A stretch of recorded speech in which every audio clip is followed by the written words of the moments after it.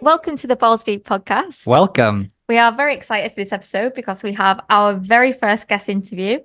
We are very excited. Yeah, I'm really excited about this one. So welcome to the podcast, Nicole. Hello, thank you for having me. I'm excited about your excitement and also nervous. No Who need knows to where be this is going to nervous. go? It'll be great. Thank you so much for coming on. That's all right. Thank you for having me. So, well, first of all, what we'd like to do is get to know you as a person a little bit. So the person behind Yarns for the Soul, Nicole. Great. So can you tell us a little bit about yourself, where you grew up? Yeah. I feel like that question, like the answer changes depending on the day, and then it always seems like such a big question. So I'm from New Zealand, which is the strange accent that you're picking up on. I grew up on a farm in small town New Zealand near the bottom of the South Island in the middle of nowhere. Often I've been traveling and people ask where I'm from, and I'm like, you haven't been to New Zealand, let alone like understanding the geography. So why are you asking? But yeah, small town New Zealand. Went to uni, did a law degree and a history degree just for fun, and then practiced as a lawyer for about 5.5 years in New Zealand before I hit burnout, which is fun. So I'm still kind of in recovery mode from that, but I've been a digital nomad, or I call it a Slowmad, a slow nomad for over a year. So at the moment I'm coming to you from my friend's place in Scotland. Very nice. And how long have you been in Scotland? I think I've been here for like over a month or so now. I feel a bit bad. I kind of just turned up at my friend's place and be like, can I hang out for a bit? I kind of needed a place to ground. I do a lot of like, I've done lots of house and pet sitting and then kind of balance that with jumping across to Europe to kind of do some exploring. But realized I needed some time just to be in one place with no responsibilities and no animals. So yeah, I've probably been here for like a month or so and enjoying some Scottish sunshine for once. Yeah. That's interesting to hear your how you grew up, and it's interesting. You mentioned you did a history degree, and what was the other degree? Just for fun, you said. Why for fun? That's interesting.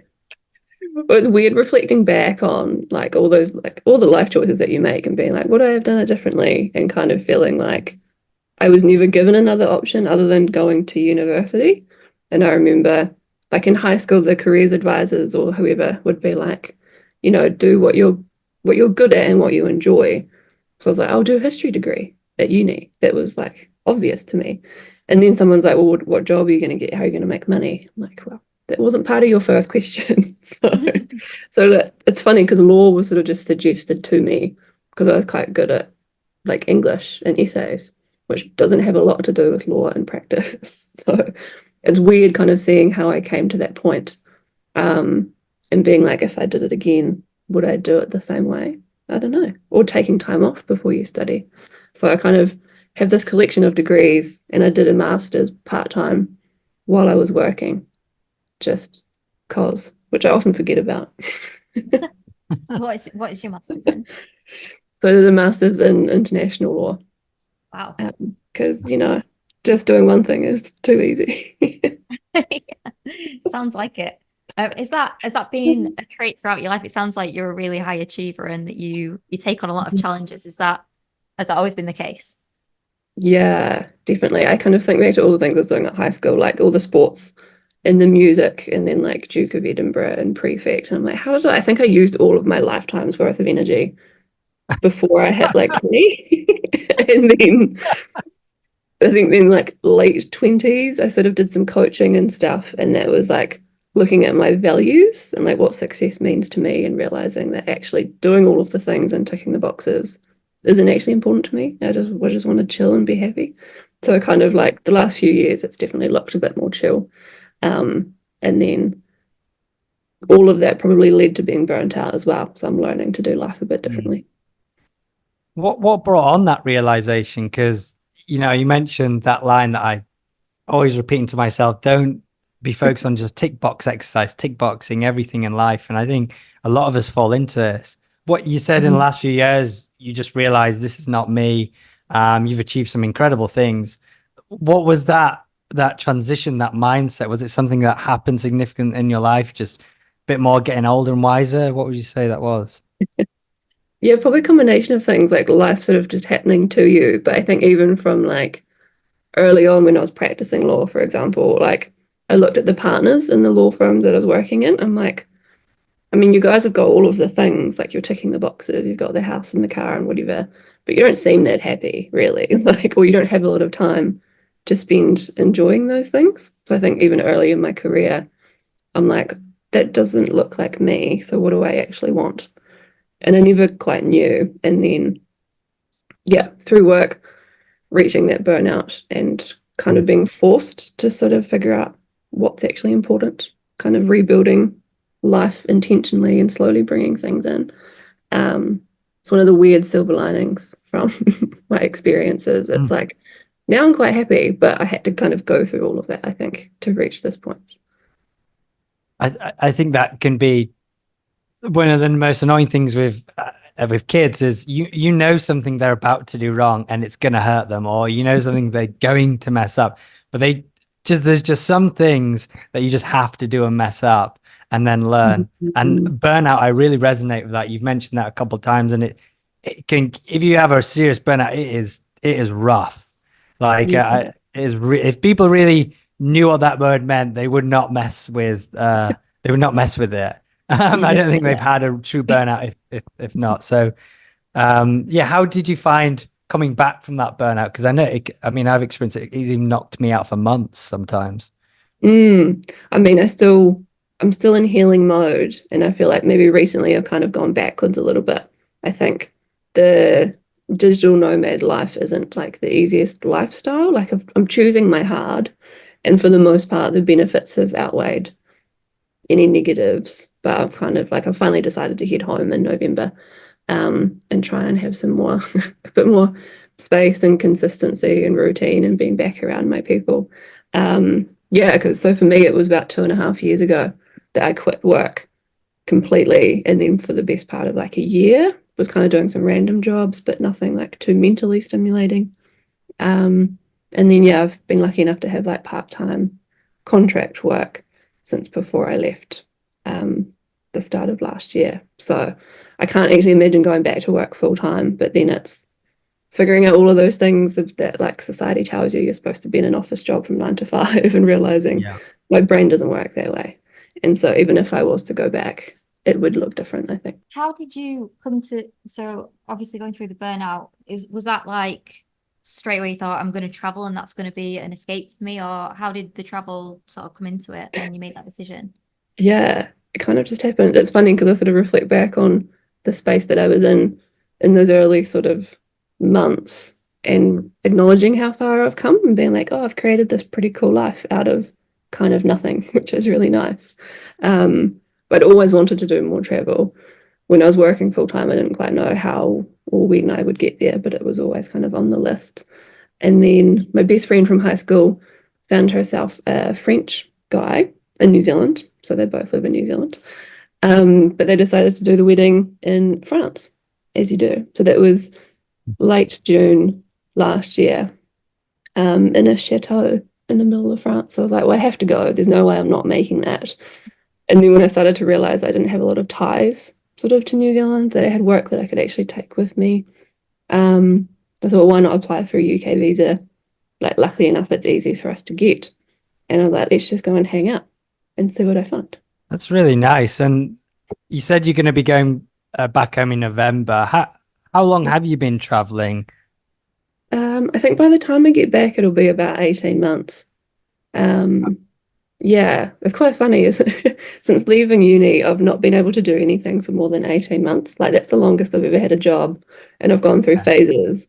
And even my like kind of hanging out at home and healing from burnout phase was 18 months. And then this travel will have been 18 months. I don't know if it's like a curse or if it's like an ADHD trait that I get bored or something. What's your lucky number? My lucky number, just generally. Yeah. 28. Does that mean anything? I was hoping it'd be 18, but maybe there's something around there. No, we haven't figured it out yet. Because when you listen to our episode on Nicole's podcast, Yarns for the Soul, we had a bit of an awakening for me. So I was just seeing if we could get a moment there for Nicole, but no. You can facilitate some therapy if you like. I'm here for that. Yeah. So when you set off at the start of your 18 months, did you have that end date in mind? Did you have a set path in mind, or did you Mm, sort of think like make decisions as you went through it? yeah. So initially, like I had contract work through until Christmas last year. Yeah, time confuses me. Through until Christmas last year. So I was like, I'll be a nomad for about 6 months, and I had some like house sitting gigs locked in. And then I thought, well, I have to figure out where in the UK I want to base myself, get a real job, get a flat, and do all that stuff, which was kind of a bit overwhelming. And I like London didn't really appeal to me. I was like, no, that's just not going to be my vibe. So it was nice knowing that I could get over there and kind of explore before I decided. And then, yeah, luckily the work was going well and they offered to extend my contract. So I thought, okay, maybe I don't actually have to make this decision. I'll just keep being a nomad. That sounds quite fun. But it was, yeah, interesting when I left trying to like take the pressure off myself because the initial visa is 2 years and you can extend for a third year. But there was this weird pressure that I didn't know where it was coming from about like, you have to stay the 2 years, you have to make the most of it and Mm. see all of the things, all of those pressures. So it was like a process working through that and being like, even if it's only 6 months and you freak out and you miss everyone, then it's okay. And you can come home. And especially like after turning 30, I feel like I sort of watched all my friends like starting to settle down, all their careers were going really well and they're having kids. And then I'm like, what am I doing? I had this whole sort of crisis about how am I spending my time, but realizing that travel and just going to see what I could find was valuable to me. So therefore it was a good use of my time. So there was a whole lot of like unpacking that I did mentally before I left. It's really refreshing to hear, that you seems like you've had a lot of time to reflect and you've actually implemented then that into your life. That's really good to see. And maybe a more of a fun question in regards to the countries you visited. Um, in the past 18 months, what would you say has been your favorite and least favorite? And if you don't want to say least favorite, maybe just a country you don't think too much of, maybe they've all Maybe been wouldn't go there. great. Maybe wouldn't go, they can be.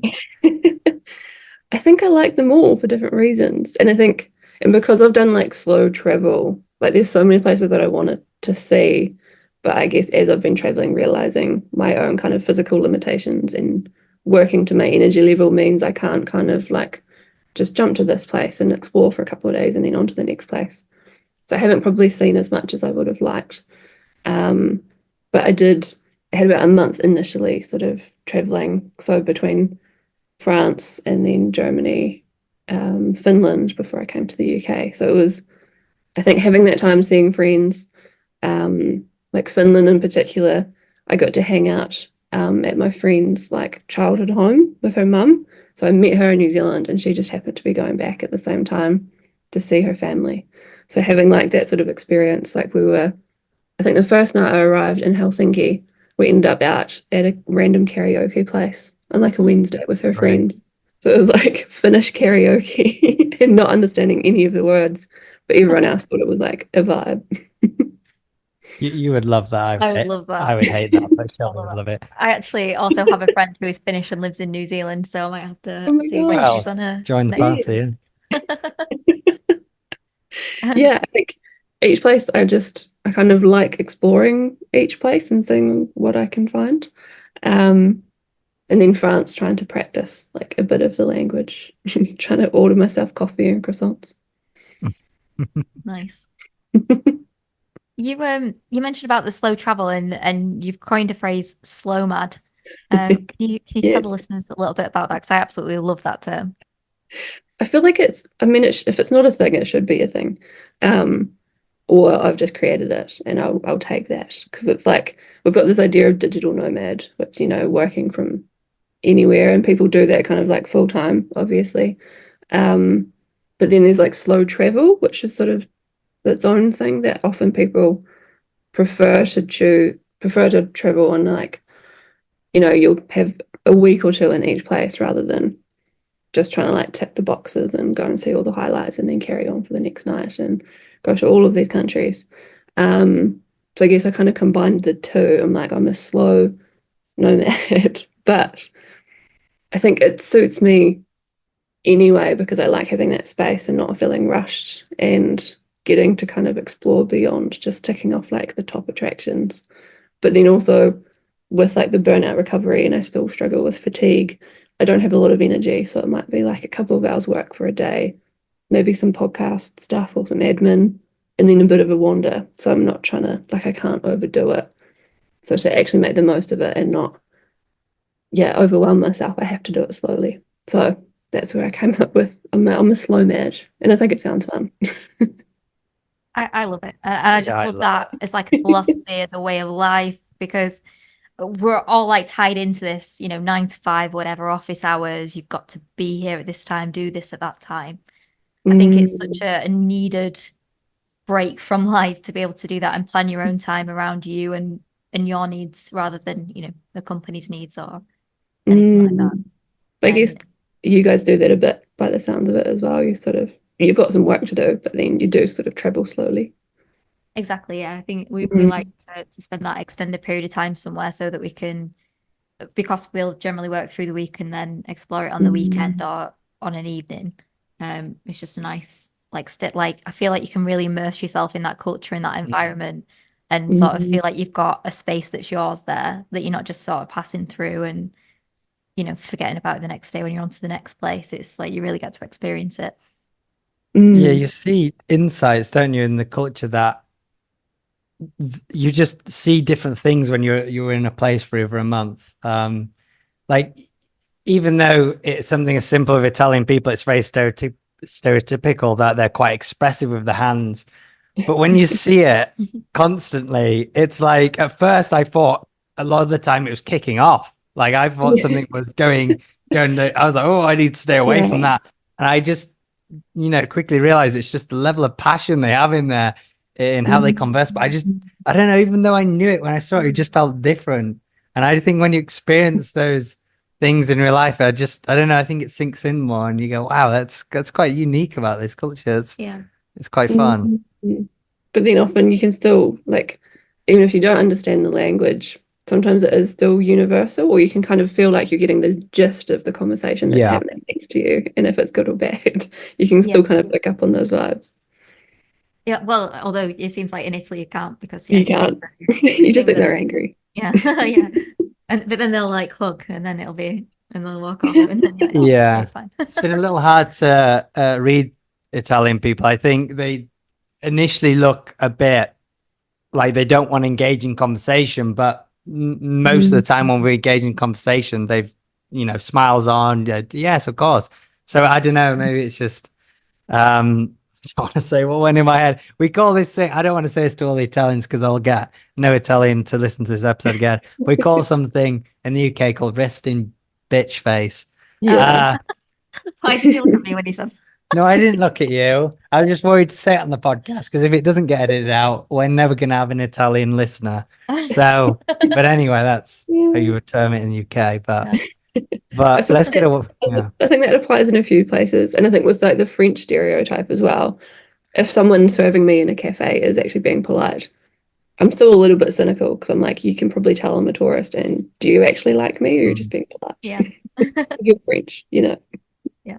But in your last 18 months, and I don't want to pinpoint, oh, what's your funniest story? Because that's always difficult. But do you maybe have a funny or scary story that you've experienced in the last 18 months from traveling? Because traveling brings all sorts of weird wonders in front of you. Do you have any sort of funny or scary story out there?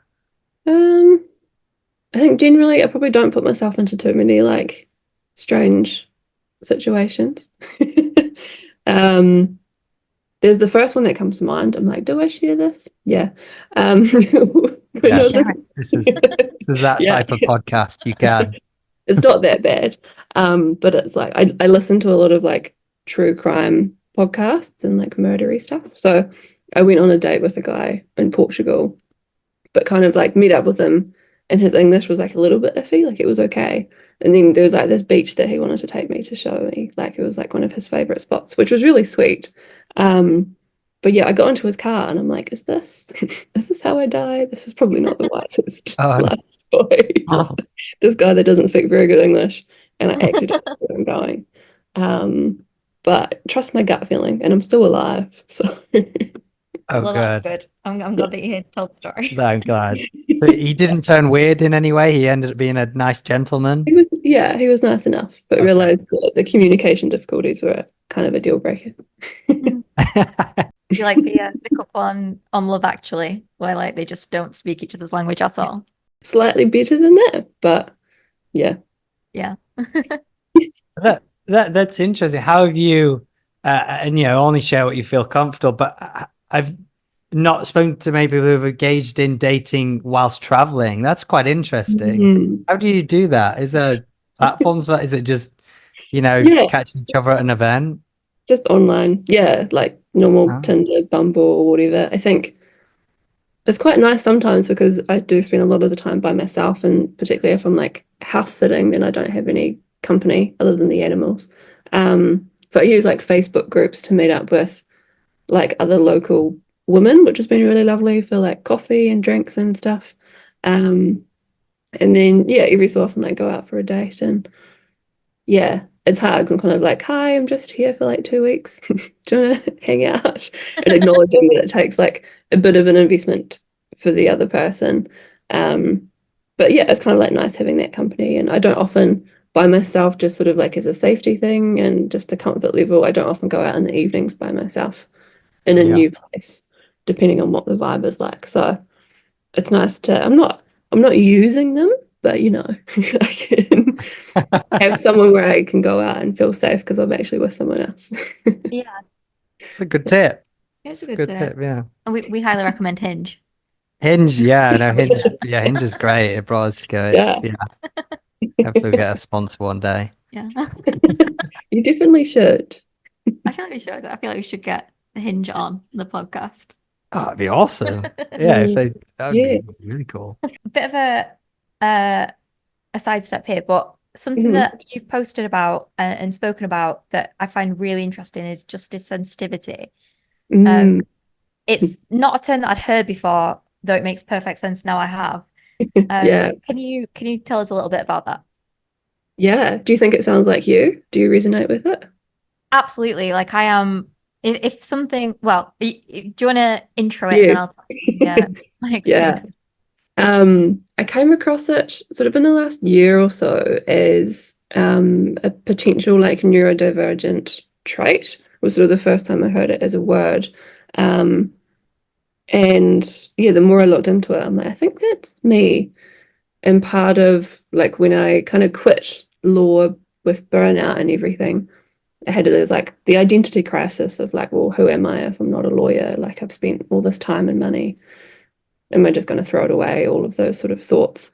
And it's strange, like meeting new people and not introducing yourself as a lawyer. Like if you meet someone new and they're like, who are you? What do you do?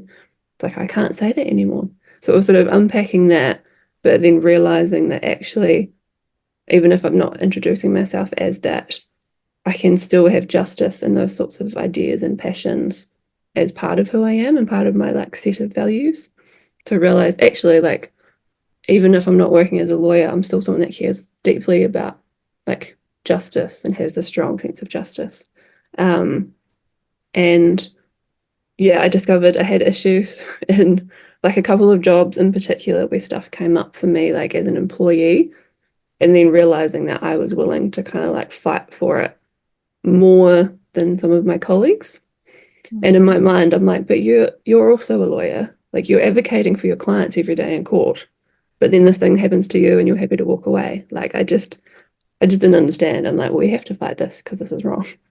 And then realizing that that wasn't everyone else, I was like, okay, so that I'm different. There's something else going on here. And realizing that, yeah, that actually compared to other people, I felt more deeply about it. So sort of realizing that yeah, it could just be one of my like innate values. I don't know if I think in like the neurodivergent world, it's sort of talked about as people might be more sensitive to justice because you've grown up in a world that doesn't like understand you. So I still don't know quite where the origin is, but yeah, sort of realizing that I kind of get to own that. I'm like, yeah, I care about justice. This is me. Mm, Mhm. absolutely. And for me, I think it's really linked to empathy and, you know, that sense of morality and feeling for others. And, you know, similar to yourself. So prior to traveling, I was a teacher, and it feels Mm, strange to no longer say I'm a teacher, because it's one of those jobs like a lawyer that it is your identity. It's not, I do mm, this, I am this. mm, And that all the time, you know, like I get involuntold to do after school clubs and things like this. And like, if you're not working 60 hours a week, then you're not a good enough teacher, and you need to give all this extra parts of you, your weekends, your evenings. And like, mm. even if I had that time available, which, yeah, sometimes I did, it is like kind of that. And that sounds like, I don't need to sound like didn't want to do hard work. Like, I want to do the work, and, you know, I do everything to make sure that the students were having a good time. But when I get sent these tick box exercises, or, you know, this form to fill in that's irrelevant, or, well, we need to do this meeting that's just to fill this time because we have to have these meetings every week. Like, Yeah. but why? Like, it is infuriating. Like, we've all got lives outside of this place. Yeah, I'm definitely like a why person as well, and I've leaned into that more recently and like accepted that that's part of me. Like, there are some things that you know you're supposed to do, or someone tells you that it's like healthy or good for you or whatever, and I'm like, but why? You have to. Yeah. I'm not going to do it just because you tell me to. Mm. Yeah. Interesting. And how is that? So with your role, you mentioned being a lawyer. Can you tell us a bit more about your role and how Mm, that's inspired you to go into well, the role? And yeah, I had yeah, the longest I've had a job was 18 months. So the whole time that I was practicing as a lawyer, for about 5.5 years, I had 4 different roles. all right. So I can run through them if you like. Yeah, sure. Yeah. Just try and do it succinctly. So I started um, doing like criminal prosecution with a bit of employment law because I was forced into that.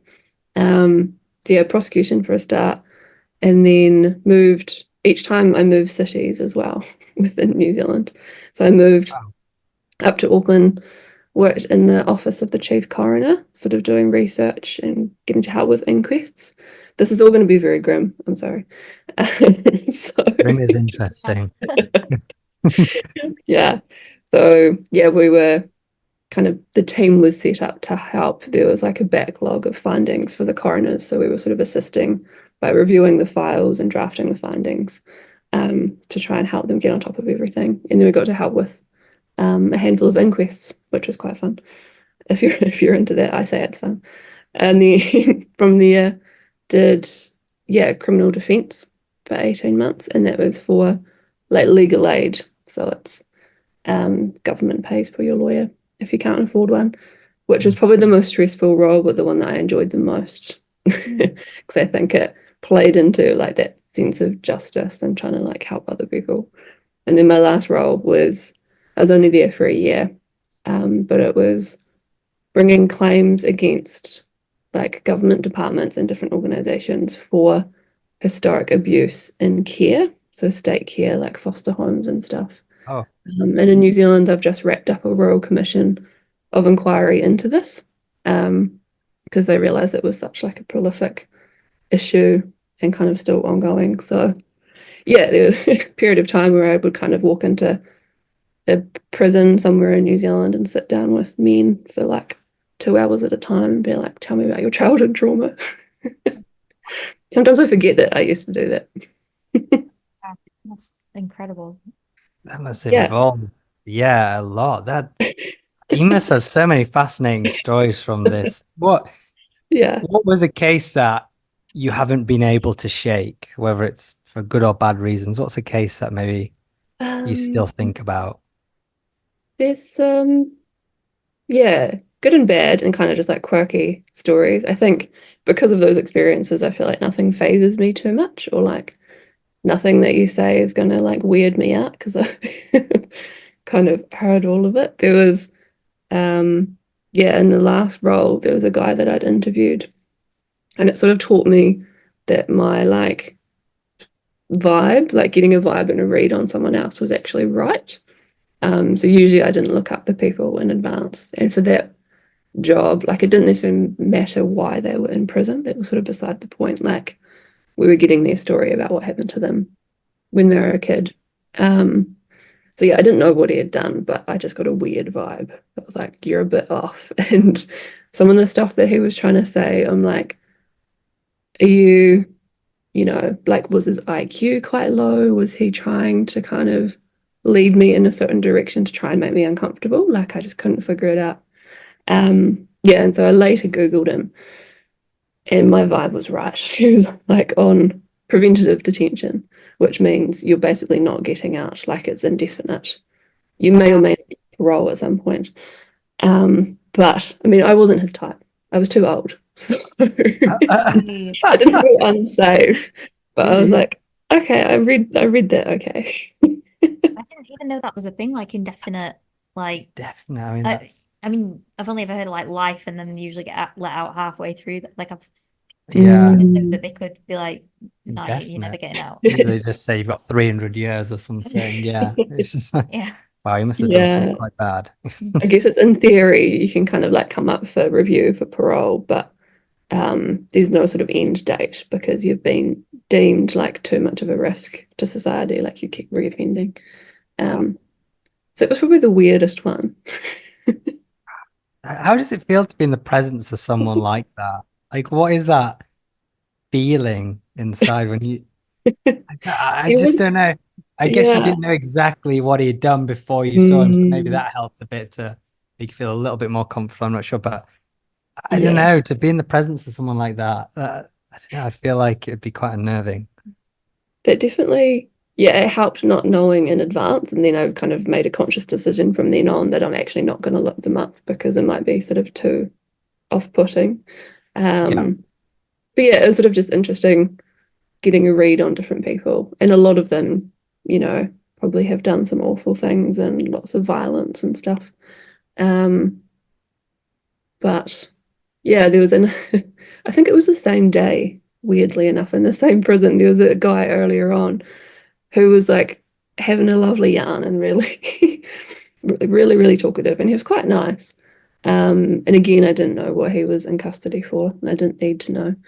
Um, but it's sort of without saying it, he kind of indicated he was like he thought he'd been falsely accused of rape, and I'm like, okay, that's who you are. And I didn't really get that vibe from him. So it's kind of it's interesting that you don't always know.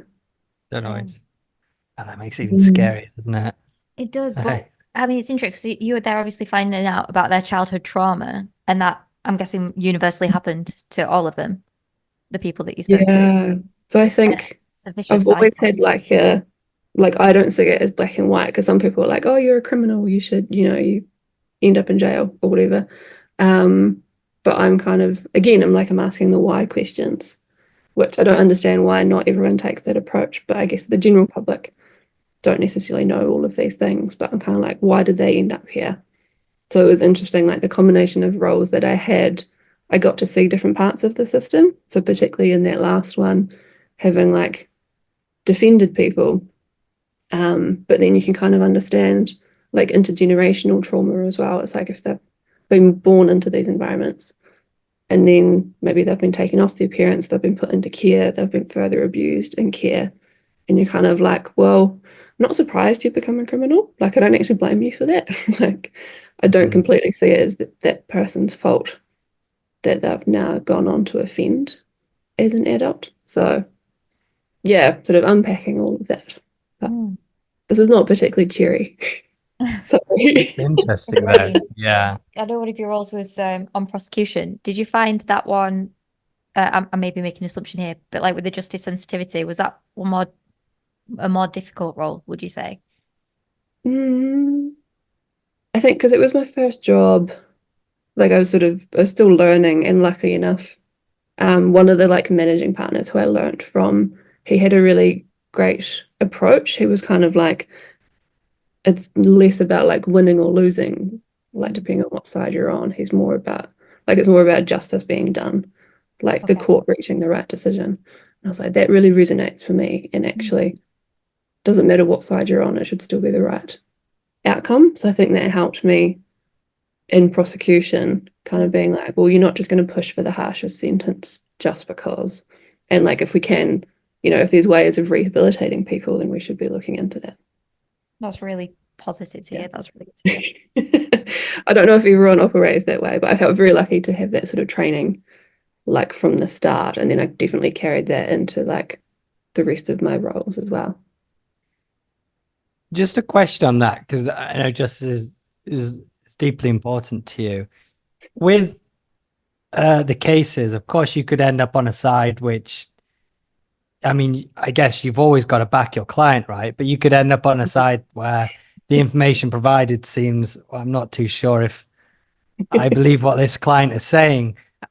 Yeah. I've always not understood how people can handle that. Like, I appreciate it's a job. This is my job. I'm going to fight for you no matter what. I totally respect that, but it must be, how do you deal with that part of the job? Yeah, it's interesting. And I guess because I wasn't there for like long enough that I got to work on like particularly serious cases. And a lot of clients showed up and put their hand up and be like, yeah, I screwed up. Sorry. Or like I was going through a bit of a phase. Something was going on. So they'll admit to it, or maybe they'll plead guilty to 2 of the 3 charges, and then you kind of negotiate with police to see if they'll get rid of the other one.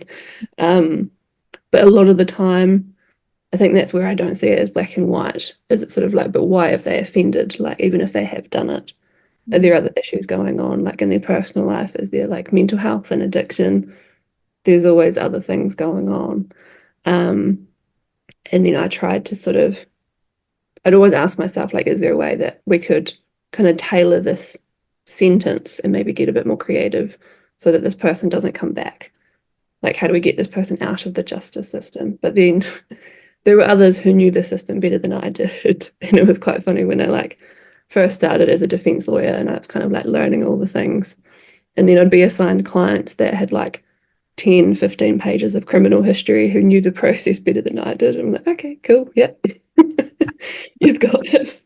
So occasionally, yeah, they would be pretty adamant that they didn't do it. And I'm like, cool, I have to roll with that. That's your instructions. So you'd sort of write it out on a piece of paper and say like, these are your charges. I've given you this advice. Basically, you've chosen not to follow it, and get them to sign it. So it kind of like covers your ass for later. But I would often try and like distance myself from it. I'd be like, so you can choose to plead not guilty. Like, we'll go to court, go to trial. There's going to be 2 police officers in uniform that show up to give evidence. They're going to say that they saw you hit your partner or whatever it was. And then you can choose to give evidence if you like. But unfortunately, the judge is probably going to see the police officers as more credible. And I'd try and do that with a straight face, because most of the time I didn't believe my client. But rather than telling them that, I'd be like, so I'd blame the system, which is always easier. But like, I know it's a bit shit, they're probably going to believe the cops, particularly in uniform. Yeah. But maybe, I think my advice is plead guilty now and we'll figure it out. Yeah, but they didn't always listen to me. So you sort of have to stand up in court and be ready for the judge to be like, what are you doing? So you'd be like, these are my instructions. Yeah. Is it a case of like everyone in the room around you knows, like, why am I doing this? Yeah. That's sort of like the go-to phrase, and most of the time it was fine. If you'd said like, we're entering a not guilty plea, like those are my instructions, was sort of meant to be like, I don't agree and I think this is bullshit, but I'm just doing what I'm told. That's interesting. I didn't know those instructions were provided. That's okay. That gives me a lot more context how people resolve that in themselves. That's really interesting. Yeah, it's hard because at the end of the day, you're sort of stuck in a weird position as defense lawyer because you're just doing what you're told. But then, like your job is you've got a duty to the court first before your client. So you're trying to represent your client. And then sometimes the judge is being like, what are you doing? This is stupid. Or the cops are like, we've got all this evidence. Why are you not pleading guilty? I'm like, I'm sorry. Don't hate me. They understand, right? They understand the process. Most of the time. Yeah. Wow. And with your traveling, then what roles do you do with your traveling to bring in the finances? Have you just saved up a lot of money, or do you do? No. So I do, yeah, I was very lucky sort of early last year before I left New Zealand, through a friend kind of recommended like legal research basically. So currently not practicing and I can't give advice, which was quite nice. So it's yeah, part-time legal research for a branch of the New Zealand Ministry of Justice, weirdly enough. So they do like training and education for judges in New Zealand. So I kind of research some of those resources, making sure like the law's up to date, kind of just general editing and proofreading. And recently like creating some new material, which has been really cool. Yeah, so it kind of works, but I don't think I could do research full time. Part of me misses the like in person and being in court, even though that's terrifying at the same time. Yeah. And I know Shelley wants to ask this next question about house sitting because she's an absolute animal lover. So please do take it away. Yes. So Yeah. I know that you're doing house sitting and pet sitting. Yeah.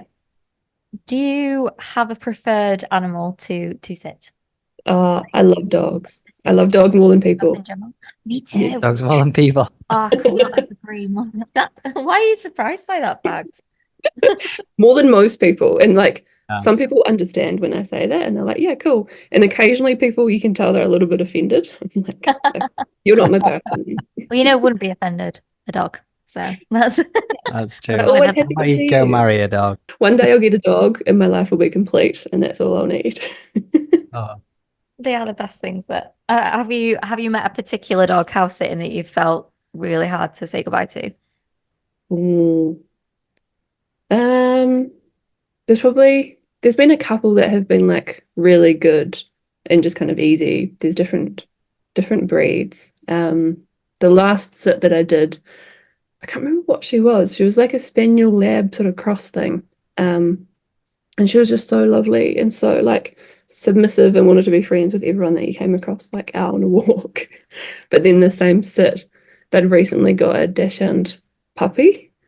Dachshunds are so cute. So I do have a soft spot for dachshunds, but I've decided I wouldn't get my own because the walks are so slow that it's not actually exercise for you. It got such little. Yeah. Oh, I didn't think about that. Oh, they are great. For my, I feel like it's my 31st birthday. You took I really, yeah. there's this chain of bars in the UK called was it Vodka Revolution? actually? Yeah, it's Revolution, and Revolution. the company was on Dragon's Den. They're Mhm. called Pop something. I think it's Pop, Pop. and they Yeah. organize meetups with owners of a particular breed, but it's like lots of different breeds. So Yeah. Scott got us tickets to go and be surrounded by like 50 dachshunds. It was the best day of my life.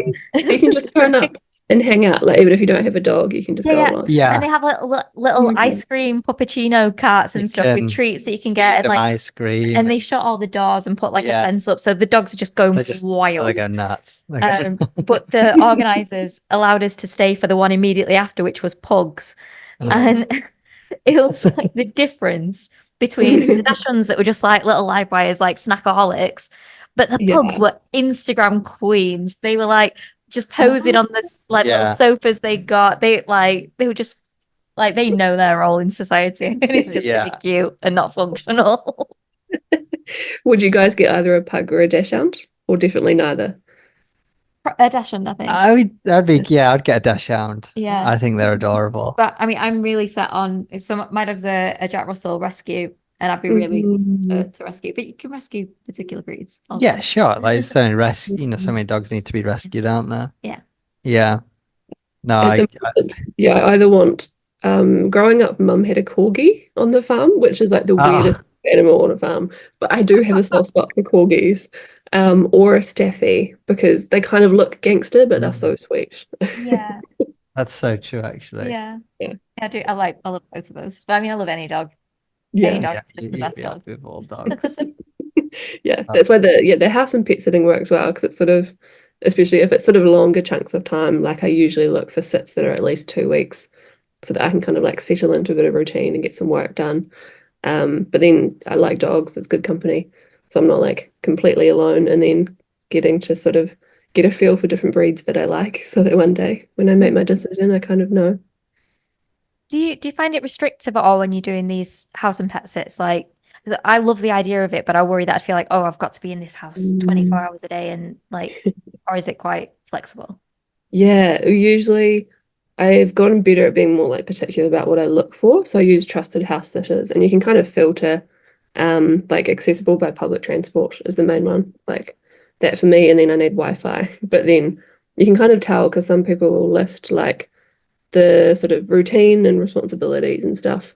And some people are very strict. They're like, we get up at 7 a.m. and the dogs go for an hour walk and then they have breakfast and then they do this. And I'm like, I'm never up at 7. So this is just not Yeah, gonna it work. is. Whereas others are definitely like more casual. And I always do like a video call first. So you can kind of get a bit of a vibe for the owners as well. And particularly because I'm not a morning person, I'm like, I'm not going to guarantee that I'm going to be up by like even 8. So it's not going to be a match. And some people have like a whole mini farm. They'll have like a bunch of ducks and a horse and like 3 dogs and cats. So I'm Wow, like, I know that's just too much for me. Mm.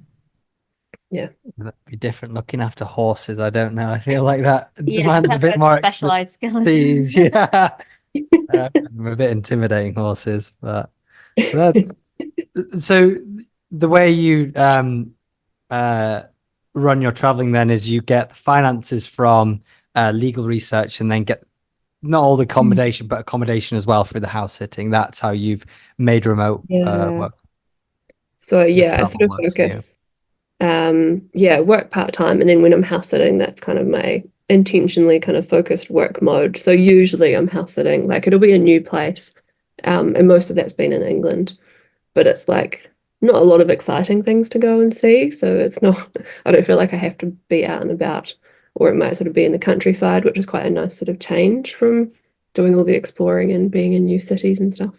So yeah, so we try and balance that, and then yeah, being able to afford popping across to Europe and exploring somewhere new. And then when I'm traveling, like I quite like having my own space, so I sort of look for like self-contained apartments with like a little bit Yeah. of a kitchenette or something that I can cook for myself. I don't think I've ever been a hostel person, but I'm definitely not a hostel person now.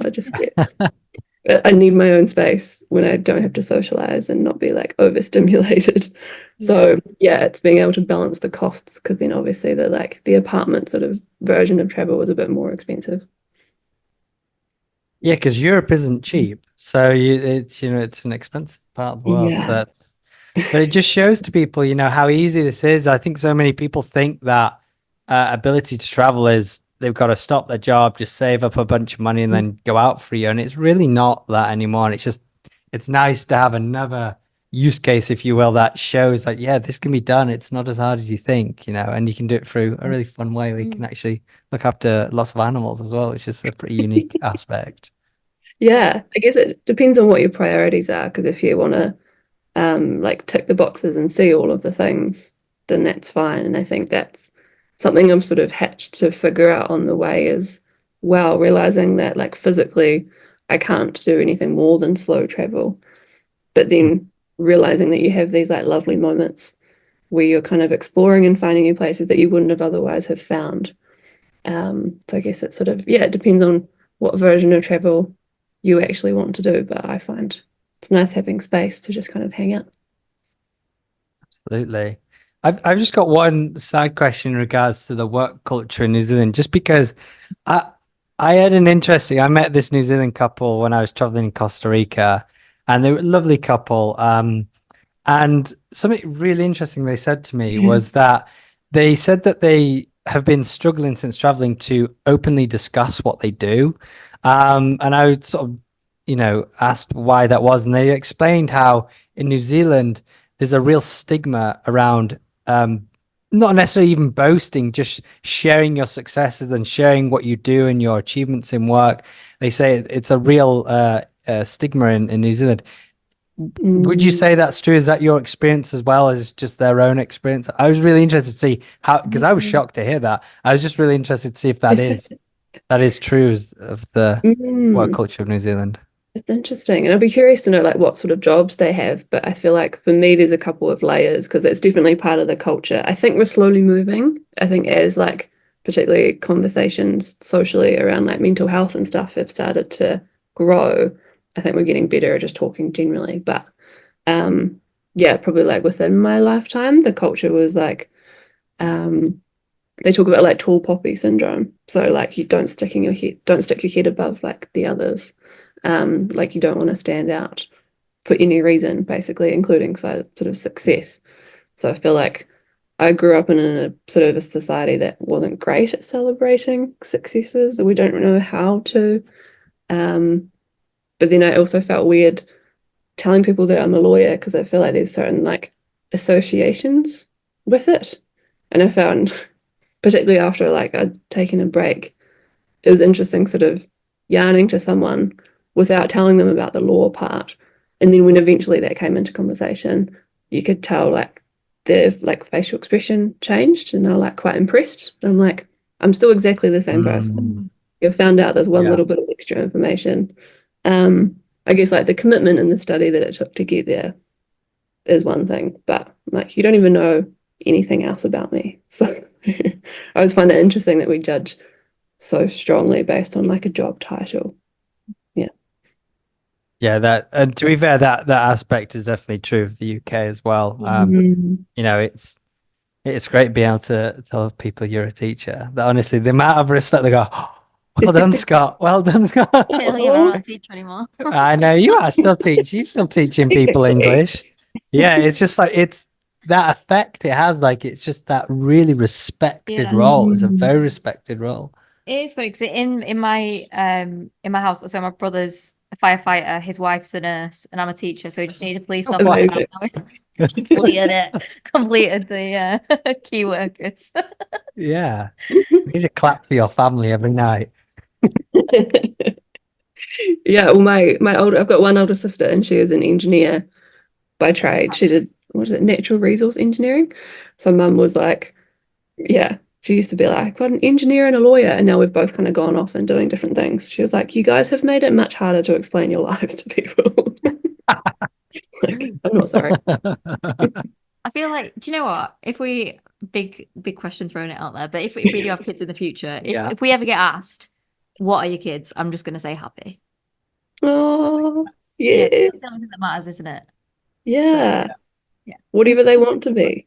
Presumably exactly. happy would be great. Yeah, Yeah, yeah. happy and being themselves. Yeah, Yes. yeah. We'd have to Yeah. pitch what their job is and how they did in their sports and school. Yeah. Yeah, It's funny that we have that, that societal pressure. So hopefully Yeah. that'll stop. yeah. I love that. We'd love to sort of switch it to. We'd love to learn more about your podcast because we've already been on your podcast. And I know it's our episode's coming out shortly. And we really enjoyed it. So the podcast is Yarns for the Soul, and it's the first podcast we've done together. So we were pretty nervous for it. When people listen to it, the start, we say sorry for the start because we just shut the bed at the start. But the rest of it, I think, was very good. But I'd love to know, what inspired you to start Yarns for the Soul, and what's driven you to start. Yeah. It sort of was about 6 months sort of post burnout, like into recovery, as I was starting to kind of, I think, decide what I wanted my life to look like and what sort of to bring in. I've always wanted to write a book, but realized that's a lot of time and effort.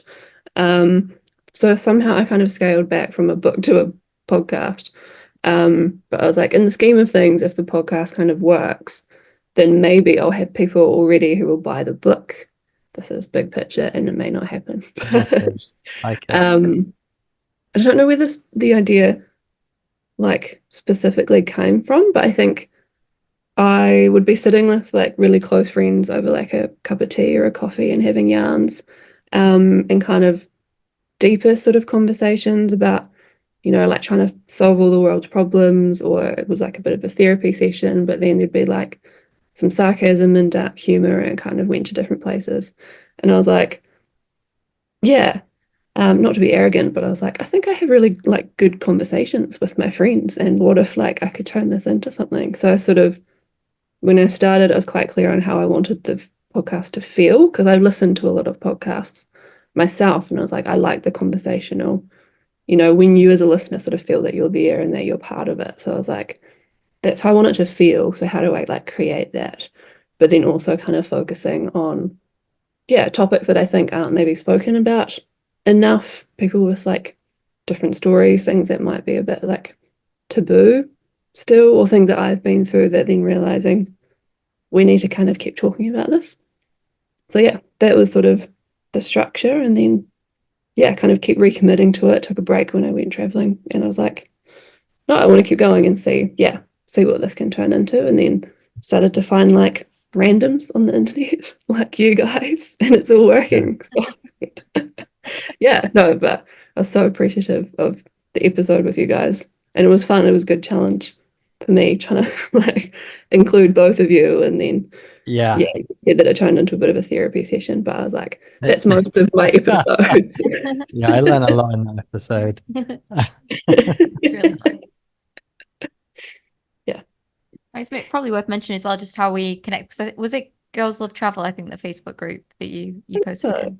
yeah, sort of constantly. Well, I went through a phase. I think I sort of decided I was like, I want to kind of level up and like find new guests and sort of expand. So I posted on a couple like Facebook groups, and then was very quickly overwhelmed by the response and slightly regretted it. Oh, Like, I've connected with some really cool people like you guys, and just like looking for.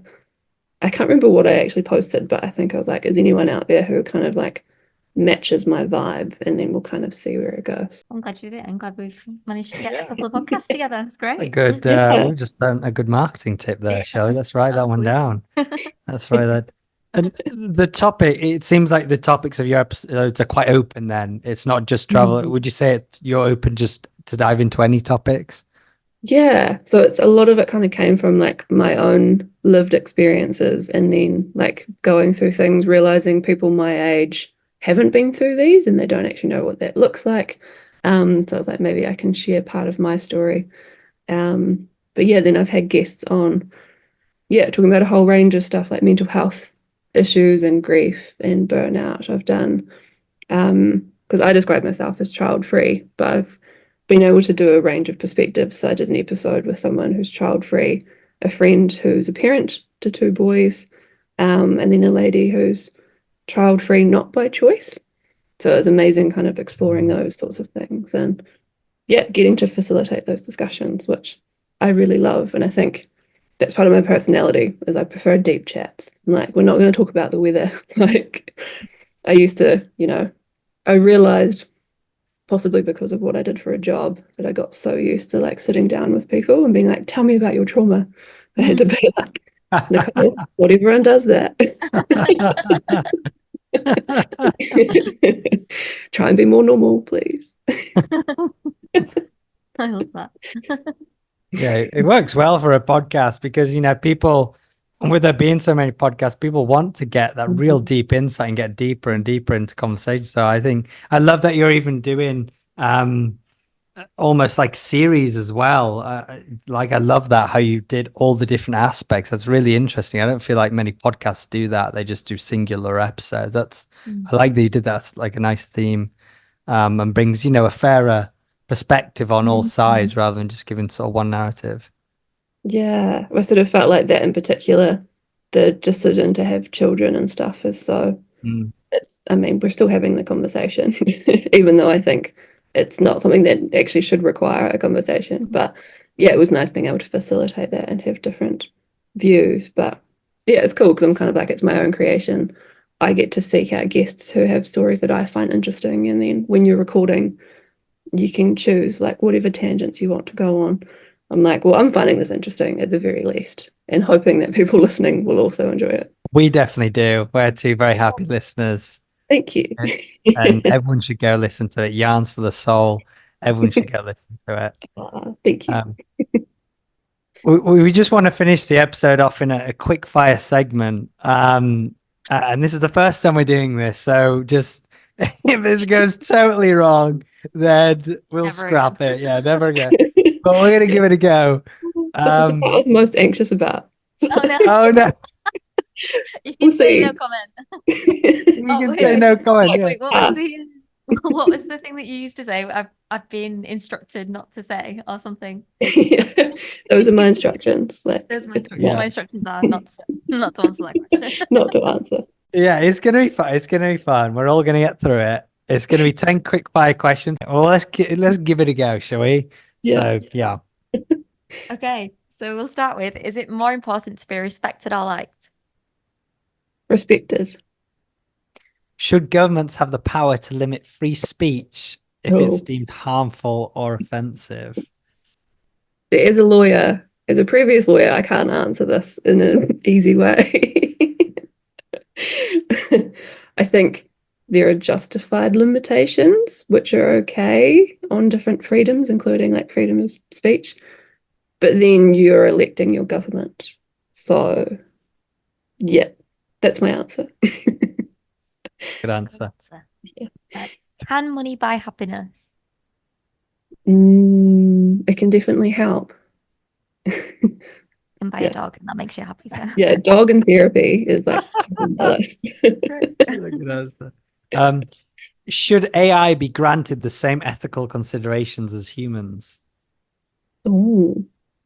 Can I ask for a clarification? Let's an example of the like ethical consideration. What do you mean by that? I'll be honest, I don't know. I don't know. No, I think Shelby will be better at explaining this. So I'm going to pass it explaining to this her. question that Scott wrote. Well, I can't. Well, my answer to the question is no, and I can't justify why a computer would get the same rights as a human. So You know what's even funnier? It's It's so ChatGPT told me to ask this question.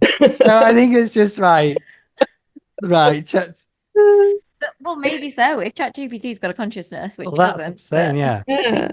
I think once it becomes, a lot, I mean, people say they can't be emotional, but I think they're going to feel it in a moment. They're going to be so smart and they're going to be so aware of what emotion is. I think it's really going to feel like they do have emotions and consciousness. So I think once it gets to that point, when they're having personalities, even, should we be giving them the same ethical considerations in Okay. as AI? Maybe if we, put them into robots, for example, which no doubt we'll have in our lifetime.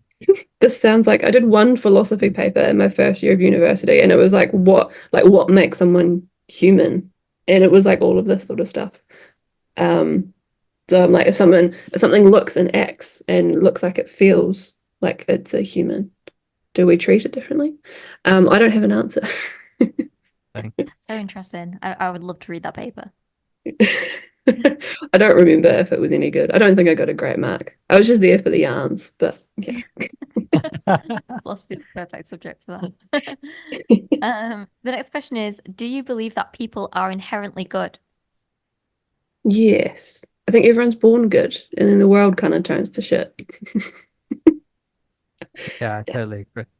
England or Scotland? Because of like colonialism and shit, I'm gonna say Scotland. I'd say Scotland too, so don't worry about Okay, You good. can leave right now. I'm going home soon. I'm Welsh, I'm Welsh. Wales or Scotland? Wales or Scotland? Yeah, fuck England. it. Is it better to live a short life doing what you love or a long life doing what's comfortable? Ooh, can I say somewhere in the middle? Which isn't really an answer, but Oh, it's an answer. Hey, that's yeah, me. a bit of both, I think. And would you say you're more excited by the job opportunities AI is going to create or more concerned about the jobs it might replace? What's all this AI stuff? I haven't really thought enough about it. I'm probably slightly behind on the AI. I feel like we might end up like rushing in too quickly without actually thinking about all the nuances that humans bring to stuff. It's probably my main concern. I don't know if that's really an answer, but AI confuses me, to be fair. Yeah. I'm not a fan. No, I thought AI is great, Listen, but the amount of false information that ChatGPT has given me, like, it's yeah, don't trust it. Yeah, I that's mean, all as coming well for from our like jobs. a legal perspective, the idea of like falsifying information and evidence is terrifying. So, Yeah. mm. Lamingtons or pavlova? Definitely pavlova. My mum makes an excellent one every Christmas. And what is pavlova for the listeners? It's sort of hard to explain. It's like meringue, but it's not like I love meringue. you get meringue when it's like solid on the outside, but it's not as solid, and it's kind of in like a cake sort of form, like sort of long and cake shaped. And then you cover it in cream with like fresh fruit and chocolate chips or whatever you want to do. That sounds unreal. Sounds great. That actually sounds great. The last one is North Island or South Island? Of New Zealand? Yes. Yes. I mean South Island. I'm slightly biased because that's where I grew up, but we've got almost everything in the South Island. I Okay. prefer the South Island too. Yeah. South Island it is. Well, that's where everyone should go. But before Yeah. they do go to the South Island, they should go to Yarns for the Soul. And what could you just tell listeners where to find you, all your social medias and everywhere? I mainly just hang out on Instagram, so it's quite easy. So Yarns for the Soul Nicole over on Instagram, and then the podcast is on all good podcast platforms. My preference is Spotify, so that's where I hang out. But yeah, you can come and find me for some yarns. Absolutely. Everyone should do that because an episode's going to come out in the next couple of weeks. Yeah. So yeah, so excited to see that as well. Very good. So thank you very much for coming on, Nicole. We Oh, appreciate thank you for having me. Thank Not too you. many Yeah, difficult thanks so much. questions. Yeah, sorry. We'll take all the AI questions for the next guest. But this is Unless They they might are. be into that. unless they're a robot. Yeah. We thank you for taking a break from your day to get balls deep with us. Until next time, remember, Stay ballsy. dive deep, But don't forget your snorkel. Balls deep.